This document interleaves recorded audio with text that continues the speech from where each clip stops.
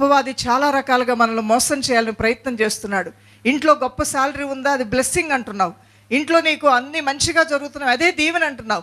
3 మేడలు కట్టావా, అదే దీవెన అనుకుంటున్నావు. కానీ అసలైన దీవెనలకు ప్రాధాన్యత తగ్గిపోయి, మెటీరియల్ థింగ్స్కి ప్రాధాన్యత ఎక్కువైపోయి, ఒక భ్రమలోనికి దేవుని ప్రజలు కూడా వెళ్ళిపోయే దుస్థితి ఈ రోజున మనం చూడగలుగుతున్నాం.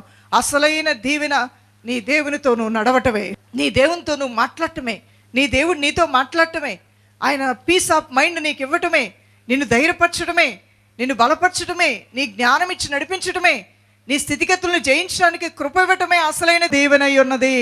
ఆయన ఆదరణ నువ్వు పొందుకున్నావు, అదే నీకు గొప్ప దీవెన అయి ఉన్నది. అవును, ఆయన దీవెనే అది. ఆదరించబట్టం అంటే అది మామూలు విషయమా? కన్నీరు కారుస్తున్న లేయ దగ్గరికి దేవుడు వచ్చి మాట్లాడటం అంటే మామూలు విషయమా? హన్నా దేవాలయంలో ప్రార్థన చేస్తుంటే ఆమె కన్నీటిని తుడిచి ఆమె ప్రార్థన వినటం అంటే అది మామూలు విషయమా?